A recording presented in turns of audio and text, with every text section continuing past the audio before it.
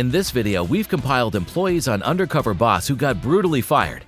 Without further ado, let's get started. Number 1. Franchise owner from Wild Wing. Today's special is you buy 2 pounds of wings and get the 3rd pound for free. It's okay to share as long as the second person orders 2 apps. Okay? That was so confusing. On the show's Canadian cousin, Rick Smiklis, the CEO of Wild Wing, went to work in one of the branches of his restaurant franchise. Rick discovered that the particular franchise he started working for had its own confusing policies that were very different from what their head office had said. The specials are a joke. Like, that stuff makes sense to me.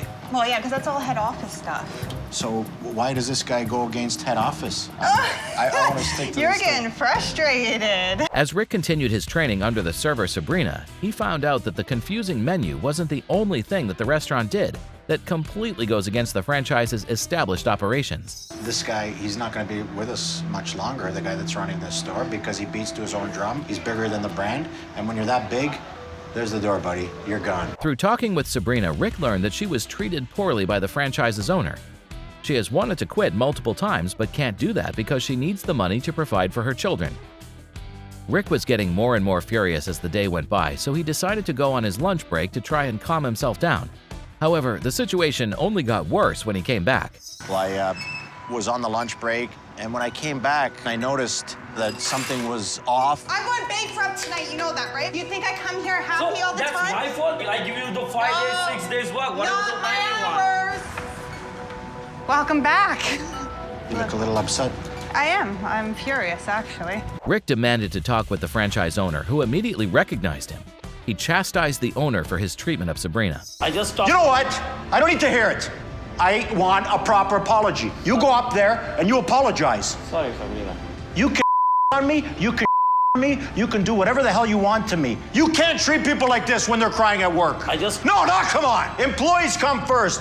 You are disrespectful to the brand, and you know what? I'm gonna come in and I'm gonna make it right. Rick offered Sabrina the opportunity to come work for him at triple her current salary, which she accepted. Rick then confronted the franchise owner about all the things that were being done differently without the authorization of the head office. Don't do that. You don't need my name. You don't need my name. Call it Dave's Wings. Come on. I love you, Rick. No, you don't love me. Give me a break. This crazy promo of yours, what is that? Tall boys. Okay, we have a contract for draft beer. Number 2. Henrik, aka Edwin from ABM Industries. This morning I'm in Tampa Airport. I'm going to drive shuttle buses today. AMCO Parking System is a division of ABM Industries. We have shuttle buses in... ABM Industries president and CEO Henrik Slipsager took on the role of an applicant to his company that is a facility management provider in the U.S. Taking on the pseudonym of Edwin, Henrik started work as an airport shuttle driver and was assigned to train under fellow shuttle driver Kenny. Open your door. Hop out. Quick. You gotta be quick. Just toss it up there, he'll grab it for you. He needs to be up. You know, it's his first day. As Henrik started to work on the shuttle, Kenny pointed out some minor issues with him. Other problems then started to pop up as the day continued. Watch your speed. I'm in good shape. All right, stay in this lane right here. This guy was doing almost 40 miles an hour in the garage, and you're supposed to only do 10. And people notice that. Henrik wasn't performing up to the standard, and Kenny was very blunt in telling him what exactly he was doing wrong. Before we go anywhere, close the door. Talk to me again. I'm gonna tell you broke all the rules, man. Why are you breaking all the rules? You're not moving fast enough. You gotta move faster because I can't get my feet out of it. I think that lady was a little older than you and she got to your bag before you can even get out the seat, man. Henrik kept making mistakes until eventually Kenny was forced to take over for him. Now you're gonna press the button and say blue departures to red departures, van 1. Going from... You can't cuss, man. Everybody in the airport is hearing you. You cannot cuss. Red 1, blue 2, both cleared, 1019. I did so poorly, he wouldn't even give me a second chance. Later, Kenny revealed to Henrik his assessment of his performance. Come on out of here. You're not gonna be too tough on me, right? The 3 rules, man. Quickness, always on your game, quick, and basically knowing what to say, when to say it, how to say it. Probably looking for somebody different. All right. I didn't get the job. Number 3.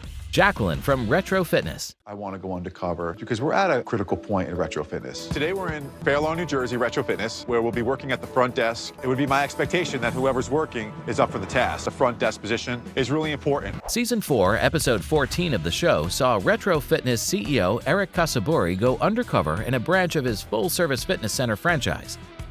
Eric started working as a front desk associate and was put under the tutelage of Jacqueline. She gave him a quick run-through of what the job entails. Nice to meet you. Nice to meet you too. You got your... I do, yes. Oh, there we I am go. ready. There's a lot of stuff to know, Okay. but it's not hard. Like me, I'm just a front desk. So I just kind of sit here, say my heys, how are you, walk around, do that. No, but most of the time, I'm kind of just like this. Even just based on the first impression she made on Eric, it was clear that Jacqueline cared very little about her job. Eric even pointed out to her that her behavior may be detrimental to her work, but she didn't seem to care. If someone may have a question, maybe they might not approach you because they think you're busy. That's actually never happened to me. People love to interrupt here. People love to be obnoxious. I'm not a slave. I don't work for you. People, I just want to punch them in the face sometimes. Nice girl and nice smile. Think, hey, all is right in the world. And then she opens her mouth and she's like, you know, the bats from hell start flying out. Jacqueline had a horrible attitude and didn't bother to put an effort into doing her job well. Things were already going pretty bad, but it only got worse as Eric's shift continued. You want to do smoothies? Yeah, I think it's great. They're really important. It's super explanatory. Like, you would be literally brain dead if you can't get it. If you look at that and can't understand it, then you should probably turn around and not do this. Go here. This is our peanut butter and chocolate. We're not supposed to put more than what it says on the menu. And it says on the menu, 1 pump. I always put 2.5. It tastes better, honestly. Jacqueline had no respect for how things should be done. She did things according to how she wanted to do them and imposed her will on Eric. At some point, I realized that maybe we should have renamed it Jacqueline's Juice Bar. Do you want to show me how to make a shake? Dirty peanut. You said a dirty peanut, right? Okay. Oh, you're going to do it the way I told you. The way you told me. Okay, so we want 2 of these from you, right? That's not a full 1 pump. and a Come on. Picking up the pace. Here we Yeah, go. that's enough ice. Okay. I would normally hit the code. Telling you the way people like it. Okay. But if you don't want to listen to I it would for me. love to listen to you. During the big reveal, Eric called both Jacqueline and her boss, the franchise's owner, Bob. Hi, Jackie. Hi, Think you Bob. know who this is? Yes, I know who it is. Hi, Eric. Bob, I called you in because you're my franchisee and Jacqueline's direct boss. What I witnessed there was nothing shy of scary. In fact, I left the job early. I had to get the hell out of there. I said, I gotta call Bob. I can't believe there's someone on this staff that's doing this. Jacqueline was unapologetic when Eric and Bob called out her conduct while on the job. Since she continued to be defiant, Eric was left with only one choice to make. Seriously, no, this needs to be like talked about how like the CEO of the company right in front of my face staring at me. I would never have an employee like that behind my counter. You know that. You have to part ways. There's nothing else I could do. Thank you, Jacqueline. Number 4. Todd, aka Mark, from the Chicago Cubs. My cover story will be that I am Mark Dawson, part in a reality show where I'm tested to see if I have what it takes to work for the Cubs.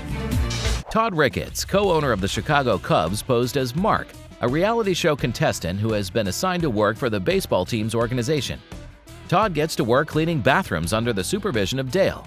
Okay. First thing we do is hose everything down. That's closed, that's open. Okay. And down? Okay. Left hand, pull the hose. If you get it kinked, you gotta twist it. Just turn it off, other way. That's it. Like I'm working my butt off right now, but it's not good enough for Dale. I feel like I'm moving as fast as I can, and he says, you know, we gotta move faster, we gotta move faster. We're gonna shoot over to the next bathroom. Okay, sounds good. Going from working at the head office to cleaning bathrooms is a huge transition, and Todd was feeling the pressures of the job. Todd was then surprised to learn that his employees were missing equipment that should be a basic necessity for their job. What's your cell phone number? You know, I could just call you and ask you where you're at, and I need to shoot you over to the next spot. So there's no radios and no communication? No radios whatsoever. I was super surprised these guys were using their personal cell phones to communicate to each other within the ballpark. Todd was making mistakes and slowing the operation down, so Dale decided to make a drastic decision. Okay. Sitting here smiling and keep crying. Damn it, you just, it's not washroom ready for Ricky. All right, man, this is it, man. I'm gonna have to let you go. I don't think this is, right for you. It's not for my, it's not no. I gotta go back and clean up every mistake he made, but thanks. Well, yeah, anyway, thanks man. for showing me around. Todd, ironically, couldn't make the cut as an employee of the organization he's a co-owner of. Number 5. Renee from Kendall Jackson. Every job has its perks and every job has its both you got to deal with, And my job just happens to have a lot of both. Kendall Jackson CEO Rick Tigner wanted to get a better idea of how his wine company was operated day to day, so he went on Undercover Boss to do that. At his new job, Rick was paired with Renee, a truck driver who seemed to have had enough of his job and constantly complained about many different things. I'm shocked about the language.